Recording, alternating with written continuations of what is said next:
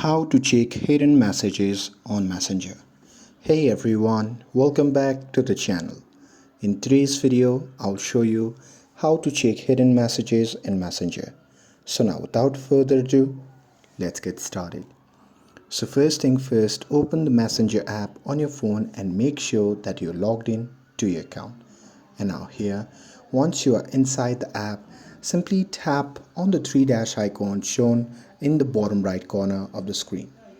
And now here, once you are in the menu section, at the top you can see the option labeled as message request. So simply tap on it.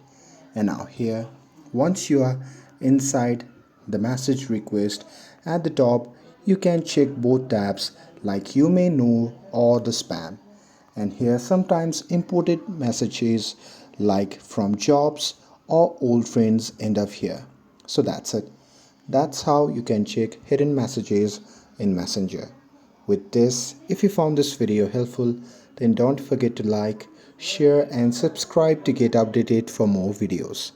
Thanks for watching and I'll see you in the next video.